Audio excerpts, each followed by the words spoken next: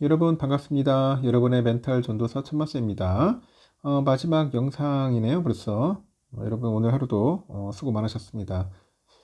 전국적으로 비가 좀 오는 것 같은데, 비가 오는 곳도 있고 뭐 눈이 오는 곳도 있는 것 같아요.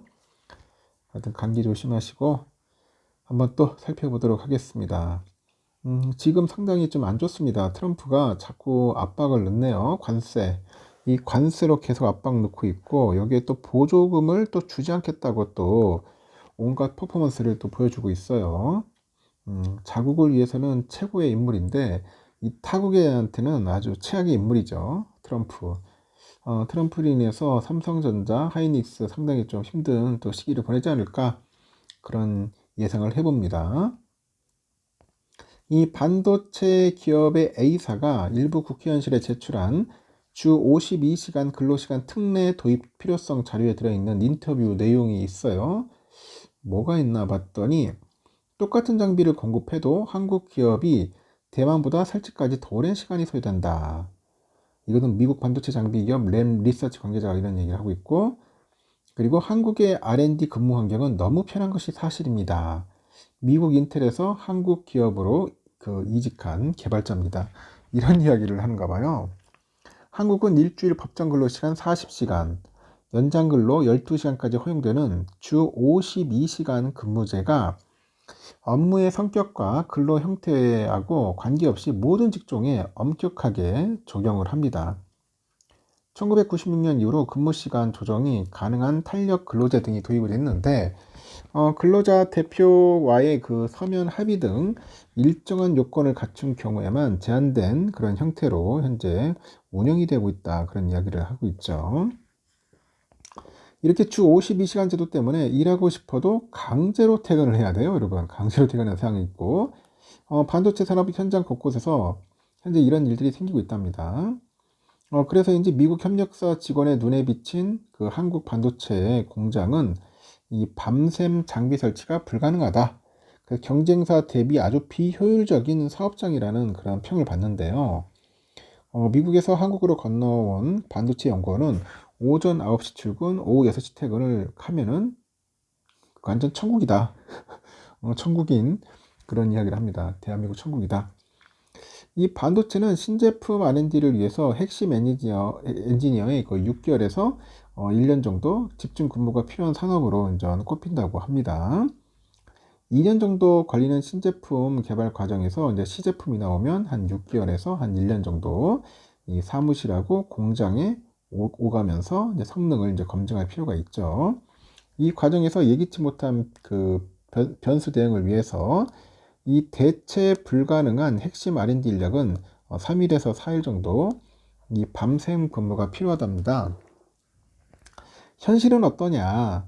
한 반도체 기업 관리자급 직원은 누가 더 빨리 기술을 개발하느냐에 따라서 기업의 실적이 결정되는 상황인데, 근로시간 한도 맞추다 보면 개발 지원이 빈번하더라, 이런 답답함을 토로했고, 팀장급 반도체 기업 직원은 반도체는 대체 불가한 핵심 인력이라서 이 문제를 해결하고 개발을 주도합니다. 그런 핵심 인력이 문제를 해결하고 개발을 주도하더라. 근데 이들조차도 주 52시간 한도로 사업장 출입이 불가능해져 강제 퇴근할 때가 있다. 그래서 목표를 달성하고 싶은데 회사에서 자꾸 퇴근하라고 연락 온다. 퇴근하라고 연락 온답니다. 야, 진짜 아름다운 직장이네요. 응? 퇴근하라고 막 연락 오니까 얼마나 좋습니까?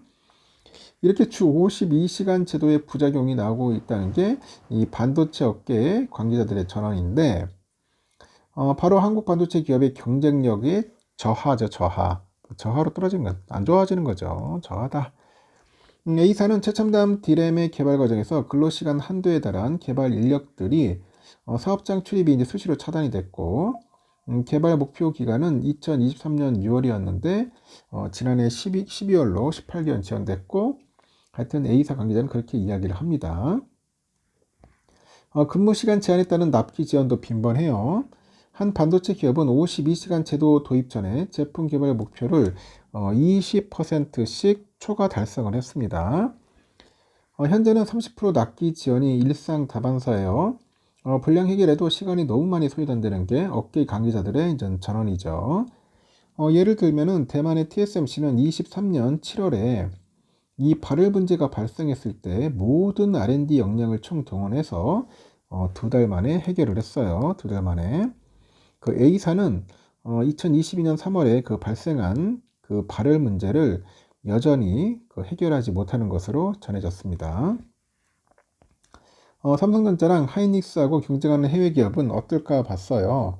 한국경영자총협회에 따르니까 미국은 연장 근로시간에 한도가 없습니다.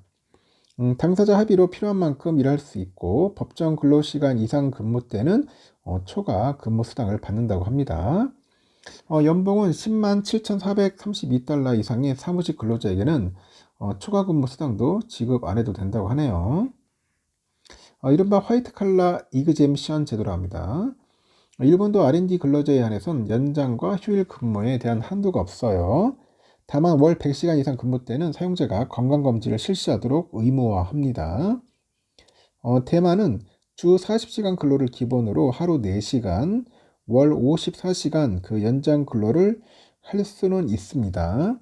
하지만 대만 반도체 기업은 규제를 크게 개의치 않는 그런 분위기라고 하네요.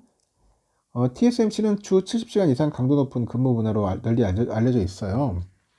2014년에는 TSMC가 14나노 핀팻 파운드리 공장 과정에서 삼성전자에 밀렸을 때 24시간 3교대 R&D를 강의했던 나이트 호크 프로젝트가 대표적이네요.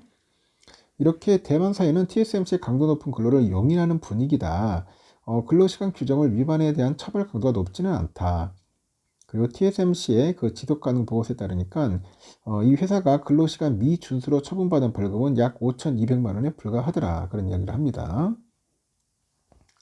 현재 한국에는 일부 주 52시간 관련 예외를 인정하는 몇몇 유형 근로제가 시행 중인데 반도체 업계에서는 R&D 현실과 동떨어진 제도고 실효성이 낮다는 목소리예요. 주 평균 52시간 범위 내 업무 시간을 유연하게 조절해서 탄력성을 부여하는 유연 근무제의 경우 정산 기간에 주 평균 52시간 지켜야 합니다. 그러다 보니까 연속 집중 근무를 한 후에는 출근하지 않는 기간도 발생하고 예를 들어서 9주 때 주 69시간 집중 근무에는 3주간은 출근이 불가능하다는 거죠. 사실상 R&D의 단절이다. 하루에 그 최소 11시간의 휴식 의무가 있는 것도 R&D의 걸림돌이랍니다. 오후 11시에 퇴근하면 다음날 오전 10시 전에 출근이 불가능합니다. 이틀 연속 집중 개발이 불가능해서다. 고용부 인가 이후로 3개월간 주 64시간 근무가 가능한 그 특별 연장 근로도 있는데 고용부 장관이 인가를 거쳐야 하기 때문에 이례적이고 제한적으로 활용할 수 있다는 평가도 있고 인가 기간 경과 이후로 재인가 가능성에 대해서 기업들은 기대하지 않는 분위기고 또 주 64시간 이상 근로는 불가능하더라. 그래서 조금 더 근무하면 결론이 도출됨에도 근로시간 규제로 장비를 끄고 다음날 2시간에 걸쳐서 장비 재가동한 일이 있다. 유연근무제, 특별 연장 근로 모두 실질적인 대안이 되지 못하다 보니 반도체 R&D 인력은 대부분 주 52시간에 맞춰서 근무 중이라고 합니다. 이렇게 삼성전자, 하이닉스 등 반도체 기업들은 중국의 추격을 따돌리고 첨단 반도체 경쟁력을 강화하기 위해서 R&D, 특히 반도체 R&D 인력에 대해서 주 52시간 제대로 풀어달라고 요청을 했어요. 최신 교육의 D램인 그 DDR5 D램을 16나노 공정을 활용해서 양산하기 시작한 중국의 CXMT 그리고 엔비디아의 HBM3를 납품한 하이닉스를 바짝 추격하고 있는 미국 마이크론 등의 공세를 막기 위해서는 집중적인 R&D가 필요합니다. 국회에서 논의가 중단된 반도체 특별법에 근로시간 특례를 도입하면 가장 빠르게 규제를 풀 수 있다는 게 업계의 분석인데 일각에서는 밤샘 R&D의 근로자 건강이 악화될 것을 우려해서 안 되는가 봐요. 기업들은 근로자 권익 보호를 위해서 특례 적용 대상을 반도체 R&D 종사자 중에 상당한 소득 수준이 보장된 핵심 R&D 인력으로 한정하고 근로시간 특례는 노사 당사자 간의 합의를 요건으로 설정할 것이라고 합니다. 이 고소득 핵심 R&D 근로자는 사용자랑 이 대등한 위치에서 협상을 진행하는 게 가능하다는 이유인데 또 반도체 특별법 시행령을 통해서 추가적인 경제적 보상과 건강보호 조치를 의무화하는 데도 적극적으로 협조할 계획이라고 합니다.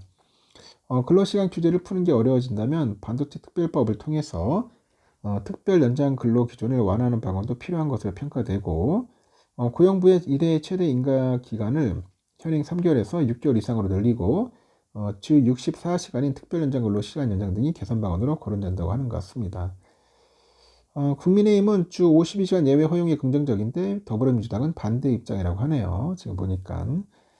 그래서 현재 지금 상당히 힘든 것 같습니다. 경쟁이 안 되는 거네, 경쟁이. 제가 봐도 지금 삼성도 그렇고 하이닉스도 그렇고 집중적으로 R&D를 해야 하는데 그렇지 못하다 보면은 결국은 뒤처질 수밖에 없다. 지금 내가 봐도 TSMC 앞으로 내가 볼 때는 파운드리 쪽은 힘들 것 같아. 저도 뭐 삼성 좋아하고 하이닉스 좋아하지만은 이 파운드리를 능가한다는 것은 TSMC 능가한다는 것은 거의 넘사벽이다. 현실입니다, 여러분. 여러분 이해하셔야 돼요. 앞으로 중국한테도 뺏길 수도 있을 거야. 중국은 진짜 말 그대로 갈아 넣어요, 진짜.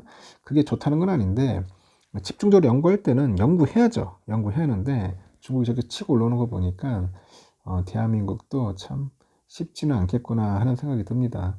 우리 정치인들이 좀 뭔가 좀 깨달음이 있어야 하는데 그렇지 않으면은 이제 반도체까지도 다 뺏길 수 있다는 거, 그 점이 가장 염려스럽습니다. 좀 우울하지만은 현실이 그렇다는 겁니다. 참고하시기 바랍니다. 여기까지 하겠습니다. 여러분 편안한 밤 보내시고 내일 뵙도록 할게요. 굿나잇.